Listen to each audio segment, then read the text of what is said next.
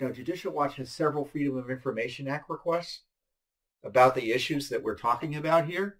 We're obviously monitoring the grave constitutional threats to our freedom. As a result of these shutdowns, we may take legal action. I don't know.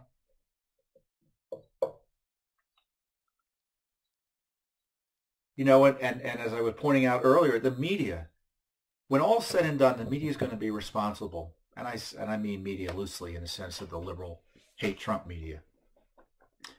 I mean their suppression of hydroxychloroquine, their poo-pooing of these other emerging treatments, like this antiviral. I think it's, I don't want to mispronounce it, but it's by Gilead.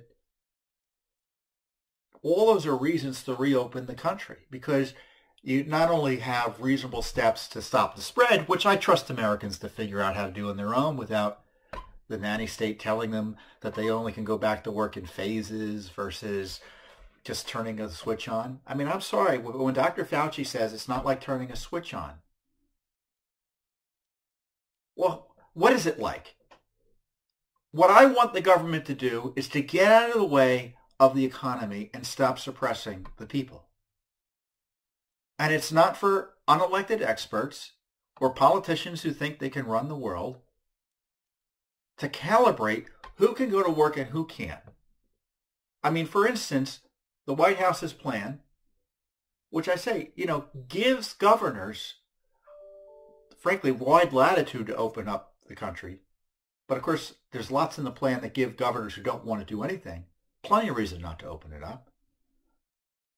So first of all, the plan, quote, has gating, meaning you can't get into reopening your state unless you have this specific curve that's going down, 14 days of declining cases. Why? We've been shut down for 6 weeks. So that by that standard, as soon as you open up, cases will pop up. It's going to necessarily almost happen. Well, unless, of course, the whole shutdown charade is just that, a charade, in the sense the virus isn't following or being mitigated by the shutdown. So assuming that arbitrary and capricious standard is met, you go into phase 1. And if your schools are closed, you keep them closed, but you can begin to send people back to work. Well, that has nothing related to the real world.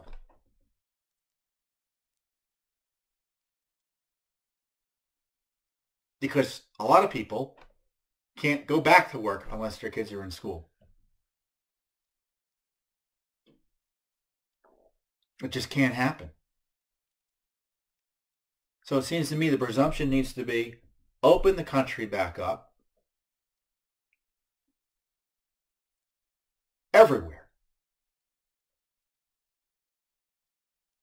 And let local officials treat outbreaks as they pop up with the help of state and federal officials. Now, the president rightly pointed out, and the White House rightly pointed out, there's no reason an entire state has to be like in New York. I mean, New York City is a nightmare, or was. But I'm sure the rest of the state isn't as bad off. The rest of the state can get back open. And I'm sure the same is in other places where urban areas may be more adversely affected, or maybe even suburban or rural areas. There may be outbreaks, but it doesn't necessarily mean the rest of the state has to be shut down. Of course, that's common sense, isn't it? But we've got to revert to common sense to protect our economy, save lives, and protect our freedoms. Thanks for tuning in. Be sure to subscribe to our YouTube channel to catch all the latest news from Judicial Watch.